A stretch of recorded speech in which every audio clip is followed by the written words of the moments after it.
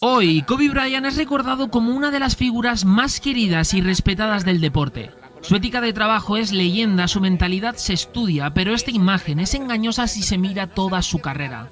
Durante casi 2 décadas, Kobe Bryant fue uno de los jugadores más odiados de la liga, no solo por los fans rivales, sino también por sus compañeros, entrenadores y jugadores de su propia generación.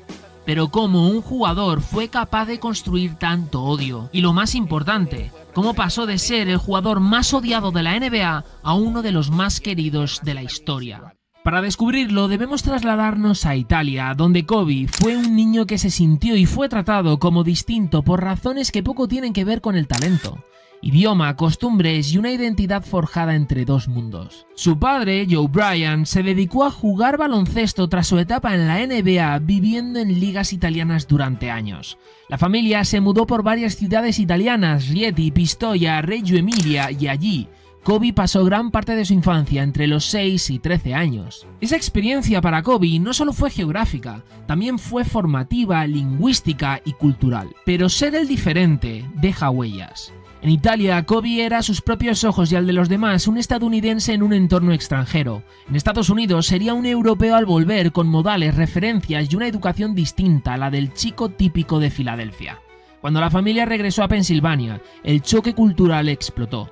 La jerga, la moda, los códigos sociales del instituto le resultaron ajenos. Era el chico que había pasado los recreos hablando italiano, que conocía las costumbres europeas, pero no las americanas. Ser un extranjero en dos mundos a la vez arraigó en Kobe una lección elemental. No dependas del grupo, si nadie te acepta, hazlo por ti mismo. Desde muy joven, Kobe adoptó una ética y una ambición poco comunes. Practicar más y trabajar cuando nadie miraba, pero también adoptó la distancia y frialdad que sería interpretado por muchos más tarde como arrogancia. En la cancha, esa distancia se traducía en una concentración absoluta, fuera de ella, en retraimiento social. Para muchos compañeros que esperaban salir, cenas, bromas, la actitud de Kobe sonaba a superioridad o a desprecio. La clave es que en su mente ese distanciamiento no era un desplante, era una herramienta para mantener el foco. Es en la primavera de 1996, cuando el baloncesto estadounidense todavía seguía una liturgia casi sagrada: instituto, universidad y NBA. Saltarse un paso no era solo una decisión deportiva, era una provocación cultural, y Kobe, consciente o no, provocó a todos. Porque cuando llegó el momento de presentarse ante el mundo, no lo hizo con timidez ni con el tono humilde que la NBA esperaba de un chico de 17 años. Lo hizo como alguien convencido de que ya pertenecía a la élite, aunque todavía no hubiese jugado un solo minuto como profesional. Para muchos aficionados, entrenadores universitarios y exjugadores, aquello sonó a soberbia. No porque otros no lo hubieran pensado antes, sino porque nadie lo había dicho así.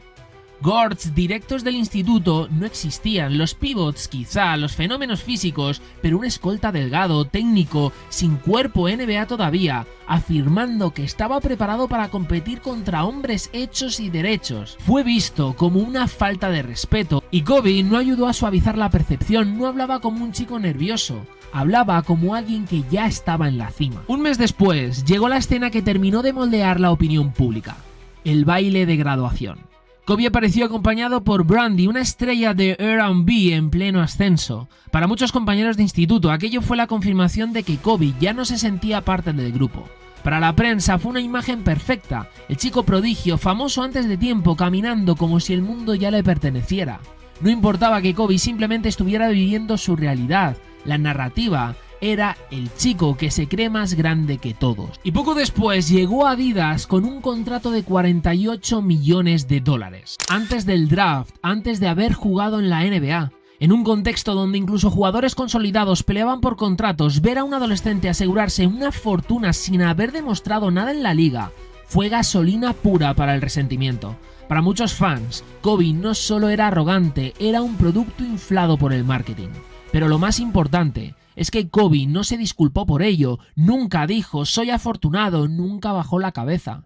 Desde fuera parecía que disfrutaba la atención, desde dentro simplemente seguía siendo el mismo chico que había aprendido que nadie iba a validarlo salvo él mismo. El draft de 1996 es recordado como uno de los más talentosos de la historia. Allen Iverson, Ray Allen, Steve Nash y en el puesto 13, un chico de 17 años que no encajaba en ninguna categoría conocida. Pero tenía convicción absoluta, algo que inquietaba a los general managers. Cuando los Charlotte Hornets lo seleccionaron, el anuncio fue casi protocolario. Kobe sonrió, dio la mano, parecía tranquilo, pero detrás de las cámaras ya se estaba gestando algo importante.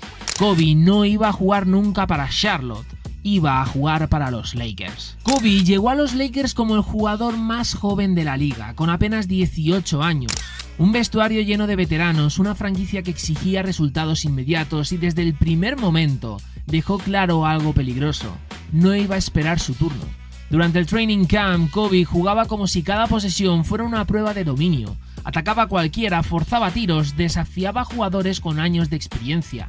Para el público, eso sonaría heroico más adelante, pero en ese momento fue visto como una falta total de respeto. Kobe no hablaba mucho, no socializaba, no salía con el equipo, llegaba, entrenaba obsesivamente y se iba. Shaq no tardó en ponerle el apodo Showboat, no era un cumplido. Kobe quería brillar incluso cuando no tocaba. Entrado desde el banquillo, decidió a ser protagonista. Driblaba de más, atacaba dobles marcas, ignoraba pases sencillos. Para los entrenadores, eso era indisciplina, para los compañeros egoísmo, pero para Kobe simplemente era competir. El problema es que en la NBA de los 90 el ego juvenil no se toleraba, simplemente se aplastaba. Es en 1997 cuando Kobe es invitado al All-Star Weekend pese a no ser titular con Los Ángeles Lakers. Y ahí ocurrió algo crucial.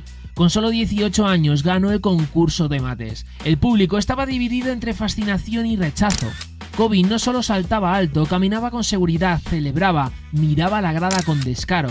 Cuando Michael Finley falló un mate decisivo, Kobe lo celebró abiertamente. Ganó, pero perdió algo más importante: la simpatía de la gente. Desde ese momento el adjetivo quedó fijado a fuego: era arrogante. Primera ronda, Lakers contra Utah Jazz, equipo veterano, duro, experimentado. Kobe tenía 18 años y cero miedo. Durante los minutos finales, Kobe pidió el balón, no se escondió detrás de veteranos, no buscó excusas y falló. Una vez, dos veces, tres, incluso 4 airballs consecutivos. Cada fallo fue un golpe directo a la narrativa que él mismo había construido.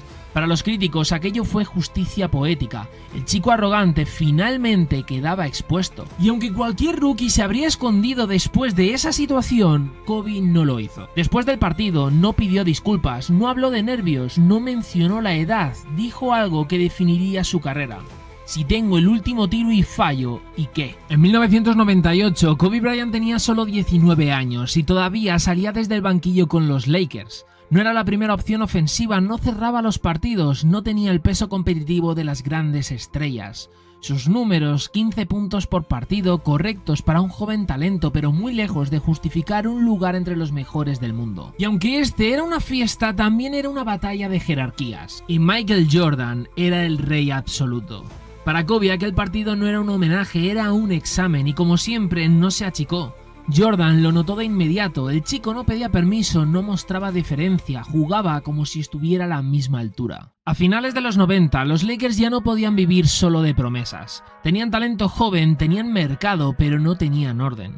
Para solucionarlo, la franquicia recurrió a Phil Jackson, el arquitecto de los Chicago Bulls de Michael Jordan, el entrenador del sistema, equilibrio y del colectivo. Y con él llegó el triángulo ofensivo, una estrategia que no estaba diseñada para alimentar egos individuales. Era un sistema de lectura, paciencia y confianza en los compañeros. Para Kobe, aquello era una jaula, no porque no entendiera el sistema, sino porque le quitaba control. El triángulo exigía esperar el momento correcto, mover el balón, ceder protagonismo. Y Kobe, que había crecido confiando solo en sí mismo, interpretaba eso como una limitación a su competitividad. Cada vez que rompía el sistema para atacar por su cuenta, el vestuario lo sentía. Y fuera de la cancha, el problema era aún mayor.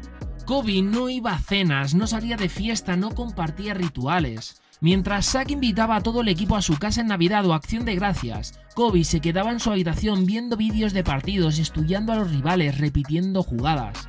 Para él era preparación, para sus compañeros era rechazo. Aunque la tensión llegó a su máximo nivel cuando se quejó de sus compañeros. Kobe le dijo a Jerry West que sus compañeros le odiaban, a lo que la leyenda de los Lakers le contestó: si yo fuera tu compañero, también te odiaría. Ese intercambio resume el momento exacto en el que Kobe entendió que su problema ya no era la prensa ni los fans, era su propio equipo. Y aquí es donde ocurre algo importante, porque Kobe empieza a escuchar, empieza a aceptar el triángulo ofensivo, empieza a elegir mejor los momentos, a entender que si quiere ganar campeonatos tendrá que convivir con Shaquille O'Neal, le guste o no. No se vuelve simpático, tampoco cercano, pero se vuelve más funcional. Aunque es en el año 2000 donde todos esos cambios tienen su recompensa. Los Lakers llevaban 12 años sin ganar un campeonato desde la era de Magic Johnson y Kareem Abdul-Jabbar. Finalmente, en la temporada 99-2000, bajo la dirección de Phil Jackson y con la combinación letal de Shaq y Kobe, rompieron esa sequía y se coronaron como campeones. En las finales contra Indiana Pacers, Kobe aportó 26 puntos, 10 rebotes y 4 asistencias en el sexto partido, mientras Shaquille O'Neal dominaba con 41 puntos y 12 rebotes, liderando a los Lakers hacia la victoria por 116-111. Finalmente ganaron. El abrazo entre Kobe y Shaq tras el pitido final se quedó en la memoria de muchos, pero las tensiones internas que habían caracterizado la temporada no desaparecieron. La narrativa oficial desde fuera fue simple: 2 superestrellas, un título, pero desde dentro sabían que la dinámica era mucho más compleja. Según múltiples relatos y análisis posteriores, la relación entre Kobe y Shaq estaba marcada por un choque de personalidades. Shaq era dominante y carismático, el centro absoluto de la liga y la presencia física imparable que imponía respeto desde la pintura. Kobe, por su parte, era técnicamente impecable, obsesivo con su ética de trabajo y con una ambición feroz por superar a todos, incluido a su propio compañero de equipo. En las 3 siguientes temporadas, los Lakers dominaron la NBA como una de las dinastías más espectaculares del baloncesto moderno. 3 títulos consecutivos, 2000, 2001 y 2002. Durante esas temporadas, la mezcla de aporte entre Kobe y Shaq, complementado por un elenco clave con Derek Fisher, Robert Horry, fue formidable. Kobe evolucionó rápidamente como anotador estelar y figura decisiva en momentos críticos, mientras Shaquille O'Neal continuaba siendo el dominador interior que ninguna defensa podía detener. Pero aunque los anillos se acumulaban, las tensiones internas no desaparecían. Phil Jackson llegó a admitir que la relación entre Shaq y Kobe se convirtió en un factor que podía poner en riesgo la continuidad del éxito del equipo. El conflicto no era banal. Kobe sentía que para alcanzar alturas legendarias necesitaba ser más que el compañero de Shaq. Quería ser el líder claro del equipo. Shaquille, por su parte, se veía a sí mismo como una figura establecida, el jefe, con derecho natural al liderazgo. El resultado fue que, pese a 3 anillos y un lugar en la historia, la rivalidad entre ambos nunca desapareció y en muchos sentidos se profundizó tras cada victoria. Pero si hay una temporada que marca la carrera de Kobe Bryant, esa es 2003. Para Kobe, ese año lo cambió todo. No solo porque estaba en el mejor momento deportivo de su vida, sino porque ese año rompió algo que ya no se podía recomponer: la confianza. Hasta ese momento Kobe podía ser visto como arrogante, egoísta, frío, incluso antipático, pero seguía siendo uno de los suyos. Un jugador, un compañero, alguien que por más difícil que fuera, respetaba ciertos códigos no escritos de la liga. En lo deportivo, Kobe estaba en su pico. La temporada 2002-2003 fue para muchos la mejor de su carrera individual hasta ese momento. Dominaba partidos, tomaba decisiones, ya no era solo el socio de Shaq, en muchos tramos era el mejor jugador de los Lakers. Pero tras la eliminación contra San Antonio Spurs en playoffs, Kobe viajó a Colorado para una cirugía menor de rodilla. Lo que ocurrió allí no solo explotó su imagen pública, dinamitó su mundo entero. La acusación por agresión sexual contra Kobe fue devastadora. En cuestión de horas pasó de una estrella invencible a el rostro más polémico del deporte mundial. Patrocinadores se distanciaron, la prensa se volvió implacable, los fans que lo defendían empezaron a dudar. Kobe se declaró inocente, admitió adulterio, pero negó la agresión. El proceso legal fue largo, confuso y mediáticamente brutal. Cada detalle íntimo se debatía en televisión nacional, pero lo más destructivo aún no había ocurrido. En medio del caos, Kobe cometió el mayor error de su carrera, uno que no tiene que ver con el baloncesto. Durante unas declaraciones públicas, Kobe sugirió que había aprendido que otros jugadores, incluidos Shaquille O'Neal, solían pagar a mujeres para que no hablaran. No fue una acusación formal, no dio nombres directos al principio, pero el mensaje era claro. En la NBA, Eso es imperdonable. No se trata de moral, se trata de lealtad, y Kobe no solo cruzó la línea, la voló por los aires. Shaq negó todo públicamente, pero lo más importante es que no volvió a confiar en Kobe jamás. Desde ese momento el vestuario de los Lakers murió. Shaq dejó de hablarle, algunos de sus compañeros tomaron partido, casi todos del lado de Shaq. El ambiente se volvió irrespirable. Cuando Kobe regresó al equipo ya no era uno más, era un cuerpo extraño, un jugador al que se toleraba pero no se respaldaba. Y si 2003 es el año en el que Kobe Bryant se salta todos los códigos de un vestuario, 2004 es cuando explota la guerra. Todo lo que antes se murmuraba o se filtraba pasó a ser público, explícito y brutal. La relación entre Kobe y Shaq ya no era tensa, era hostil, ya no había intención alguna de disimularlo. Durante la temporada 2003-2004, los Lakers convivieron con algo inédito para un equipo aspirante al título. Dos líderes que se atacaban públicamente, y no eran simples diferencias, insultos directos, entrevistas incendiarias, indirectas con nombres y apellidos. Kobe cuestionaba la ética de trabajo de Shaq, O'Neal ridiculizaba el ego y el liderazgo de Kobe. Cada rueda de prensa era un campo minado, Phil Jackson lo sabía, Jerry Buss lo sabía y el vestuario lo sufría. Hubo momentos en los que el conflicto dejó de ser simbólico. Tras una entrevista especialmente dura de Kobe en la que volvió a cuestionar el compromiso profesional de Shaq, O'Neal amenazó abiertamente con enfrentarlo físicamente, con matar a Kobe Bryant. Kobe, lejos de evitarlo, admitió años después que fue a entrenar esperando una pelea, pero nunca surgió. Y fue Brian Shaw, uno de los pocos respetados por ambos, quien tuvo que intervenir para evitar que el vestuario implosionara definitivamente.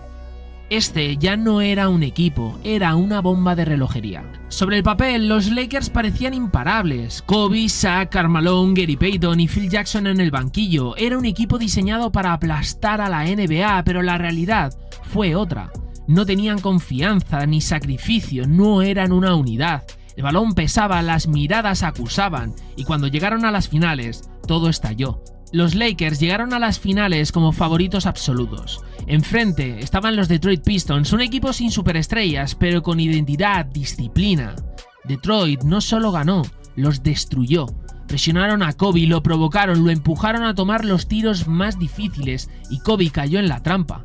Lanzó más de 23 tiros por partido, apenas anotó un 38% en la serie, un 17% en triples. Detroit no solo ganó la serie por 4-1. Puso fin a la dinastía de los Lakers. Después de la derrota, Shaquille dijo que no volvería a jugar con Kobe. Kobe declaró que no volvería a jugar con Shaq. Phil Jackson renunció, Jerry Buss eligió. Y eligió a Kobe. Shaquille O'Neal fue traspasado a Miami, Phil Jackson se fue resentido y crítico. La dinastía terminó y Kobe se quedó solo, con un contrato máximo, con una ciudad dividida y con una reputación devastada. Cuando Shaq se marchó traspasado a Miami y Phil Jackson renunció, todo el mundo pensaba que los Lakers pertenecían a Kobe Bryant. Pero lo que vino después no fue una redención inmediata, fue una explosión total. Sin Shaq, sin escudos, sin nadie que absorbiera presión, Kobe fue más Kobe que nunca, para bien y para mal. La temporada 2004-2005 y 2005-2006 mostraron una versión cruda de Kobe. El equipo que lo rodeaba era débil, irregular, sin estrellas. Él lo sabía. En lugar de suavizar su juego, lo radicalizó. No pidió paciencia, no esperó desarrollo. Cada posesión era una batalla personal. Es el 22 de enero de 2006 cuando Kobe anotó 81 puntos contra Toronto Raptors, la segunda mayor anotación en la historia de la liga.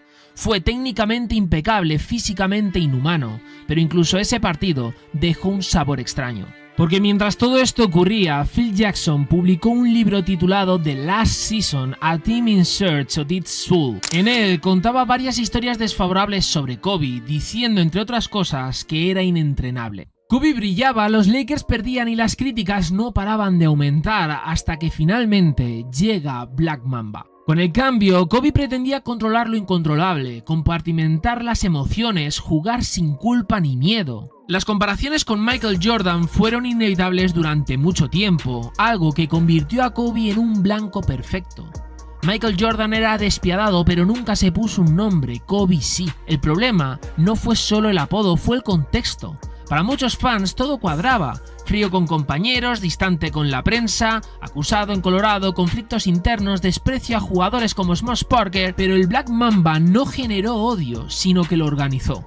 Algunos jugadores de la época, como Gilbert Arenas, admitieron que odiaban el Mamba Mentality por representar un pensamiento tan egoísta. Pero este no fue solo un apodo, fue una declaración de guerra emocional, un refugio, un foco. Durante años, Kobe tuvo que vivir con la frase "sin Shaq no puede ganar". Ese argumento lo perseguía partido tras partido, temporada tras temporada, y lo peor es que hasta cierto punto la realidad lo sostenía hasta que llegó Pau Gasol. En febrero de 2008, los Lakers, que vagaban entre la mediocridad y el esfuerzo heroico de Kobe, realizaron un trade que en su momento muchos subestimaron. Pau Gasol llegaba desde Memphis Grizzlies. No era una superestrella mediática, no era dominante físicamente, no era Shaquille O'Neal y por eso precisamente era perfecto. Gasol aportaba inteligencia, sensibilidad de juego, altruismo y una ética silenciosa que conectaba con Phil Jackson. Pero el cambio más grande no fue táctico, sino emocional. Kobe no dejó de ser obsesivo, pero cambió el foco. Confió en otro jugador, movía el balón antes, castigaba desde la gravedad, no solo desde el tiro. Por primera vez desde Shaq, Kobe no sentía que tenía que hacerlo todo solo y por primera vez permitió que alguien más brillara sin sentirlo como una amenaza. El liderazgo de Kobe evolucionó, seguía siendo duro, exigente, pero ya no era humillante. Con Gasol hablaba, explicaba, corregía sin exponer, era el mismo Mamba pero con control emocional. Es en la temporada 2008-2009 donde se produce la respuesta directa a todas las críticas. Kobe dominó en los playoffs, lideró con claridad y ganó su primer MVP de las finales, sin Shaq, sin dudas. Ese título no fue solo un campeonato, fue un ajuste de cuentas histórico. Y si 2009 fue una liberación, 2010 la consagración. Las finales contra Boston Celtics no fueron bonitas, Kobe lanzó mal, estaba lesionado, pero lideró de otra manera. Rebotes, defensa, voluntad, 15 rebotes en el Game 7, dolor físico, silencio y otro anillo. Otro MVP de las finales. Y con esos dos anillos algo cambió definitivamente. Ya no se podía decir que era solo un anotador o un mal líder, que solo ganaba con Shaq. Kobe había aprendido a ganar de nuevo, sin imponer, construyendo. Algo había cambiado con respecto a Kobe Bryant. En abril de 2013, los Lakers estaban al borde del colapso y Kobe, una vez más, hacía lo único que sabía hacer: cargar con todo. Jugaba demasiados minutos, atacaba cada posesión, forzaba el cuerpo como si aún tuviera 20 años. No porque no supiera el riesgo, sino porque no conocía otra forma de competir. Cuando el tendón de Aquiles se rompió, no hubo grito, no hubo dramatismo, solo una mirada hacia atrás y una certeza inmediata. Kobe lo supo antes que los médicos, antes que la repetición en cámara lenta mostrara la lesión. Ese instante fue brutal porque no fue confuso, fue claro. El cuerpo había dicho basta y aún así caminó hasta la línea de tiros libres, cojeando, con el tendón roto. Encestó los dos. Ese gesto no fue teatro, fue identidad. Y cuando anunció que la temporada 15-16 sería la última, algo extraño sucedió. El odio desapareció. Las mismas canchas que lo habían abucheado durante 20 años se pusieron de pie, las mismas aficiones que lo odiaron por eliminar a sus equipos comenzaron a aplaudirlo incluso antes de que lanzara. No era hipocresía, era perspectiva. De pronto el público entendió que no estaba viendo a un hombre frío sino a uno que no supo bajar la intensidad, que no era vacío sino incapaz de fingir ligereza, que no era falso sino demasiado honesto con su ambición. Cada partido se convirtió en una despedida, cada ovación en un perdón silencioso. Y entonces llegó la última noche, 60 puntos contra Utah Jazz. No fue eficiencia ni lógica, fue Kobe Bryant cerrando el círculo como solo él podía hacerlo, forzando, atacando, creyendo que cada tiro debía ser suyo, no por ego sino porque esa siempre fue su forma de amar el juego. Como dijo Mamba Out, no estaba matando un personaje, estaba soltando una carga. Con su retiro, el público entendió, quizá demasiado tarde, que Kobe nunca intentó ser querido, nunca jugó para agradar, nunca construyó una sonrisa para la cámara, fue obsesivamente competitivo en un mundo que prefiere la simpatía a la verdad. Y cuando ya no estaba en la cancha para recordarles a todos que odiarlo era más fácil que entenderlo, el mundo lo amó. Kobe Bryant no cambió al final. Cambió la mirada del mundo y solo cuando se fue, cuando el ruido se apagó y la rivalidad murió, muchos comprendieron lo evidente. Nunca fue frío, vacío o falso, solo fue demasiado competitivo para ser cómodo y el mundo terminó amándolo cuando ya no podía odiarlo.